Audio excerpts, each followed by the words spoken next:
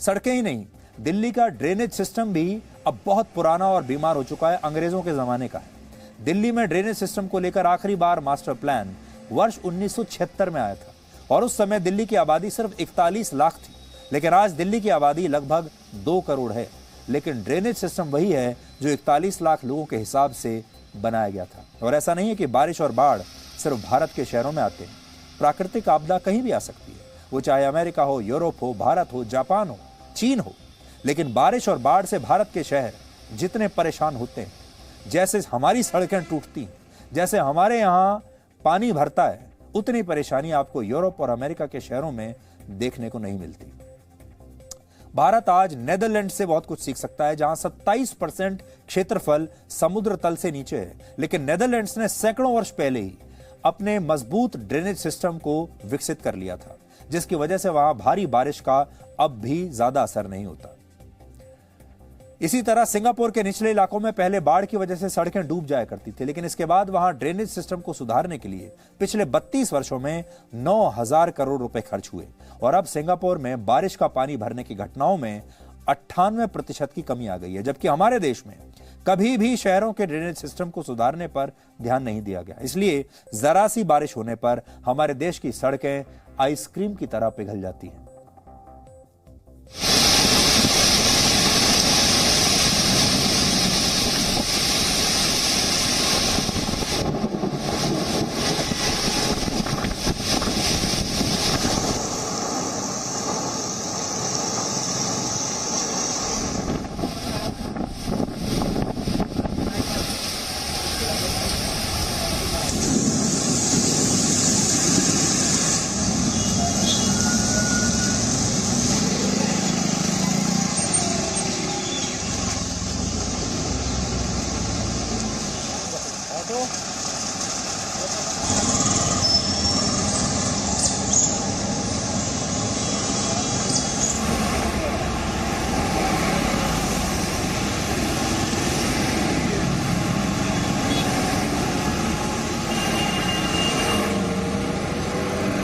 जाम है, पेड़ वेड़ गिरे हैं तो जाम तो हो गई। अभी काफी जगह पेड़ गिरे हुए हैं।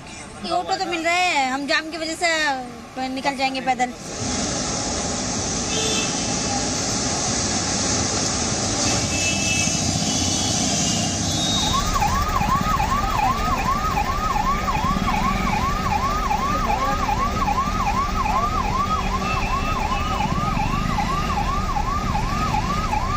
कितनी देर से जाम में फंसे हैं?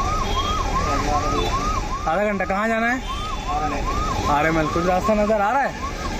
सारे उधर से बंद है तो सब इधर से आए हम। हाँ, क्या उम्मीद लग रही है अब देखो पूरा है तो जाम निकल रहा है। देखो भाई, अब जैसे निकल रहे निकलेंगे।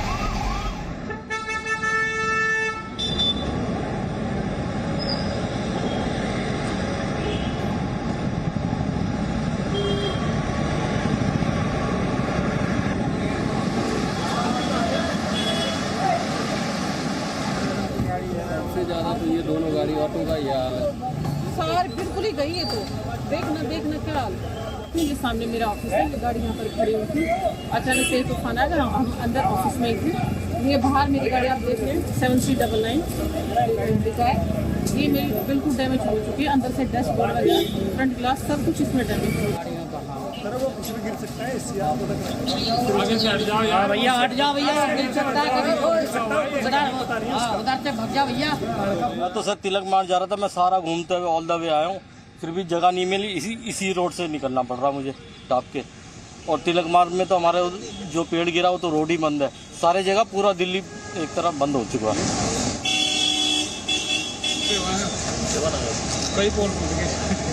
ये आंधी तूफान और बरसात जैसा आई है तो उसी समय मैं यहाँ पे आया हूँ और इस पेड़ के नीचे मैंने अपनी कार को खड़ा किया है, लेकिन मैं कार से नीचे उतरा नहीं। छोटा बच्चा मेरे साथ में था, वो कह लगा पापा आप निकल जाओ, मैं कार में बैठा हूँ। अब मैं आपको जो मौसम विभाग का अलर्ट आया था वो जरा पढ़कर मैं आपको सुनाता हूँ। ये जो तूफान आया है ये कल आया है 4:35 के आसपास, 4:30 बजे के आसपास आप लगा लीजिए। और जो अलर्ट जारी किया है हमारे मौसम विभाग ने वो किया है 4:15 पर, यानी इस तूफान से लगभग 15 से 20 मिनट पहले उन्होंने अलर्ट जारी किया है। देखिए क्या लिखते हैं।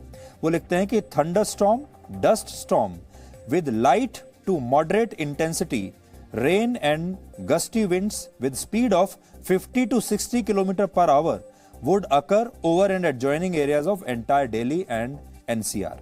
कहने का मतलब वो ये कह रहे हैं कि 50 से 60 किलोमीटर प्रति घंटे की रफ्तार से हवाएं चलेंगी, मॉडरेट मध्यम स्तर की बारिश हो सकती है और थंडरस्टॉर्म तूफान आ सकता है। लेकिन उसमें भी वो उन्होंने लिखा है लाइट टू मॉडरेट, यानी कम इंटेंसिटी से लेकर मॉडरेट मध्यम इंटेंसिटी। लेकिन ये जो आपके सामने तस्वीर दिख रही हैं ये तो बहुत अलग कुछ बयां कर रही हैं। और जब तूफान आया, जो हवाएं चली वो 100 किलोमीटर प्रति घंटा की रफ्तार से भी ज्यादा की हवाएं चली। लेकिन हमारा मौसम विभाग कहता है कि 50-60 किलोमीटर के आसपास चलेंगी।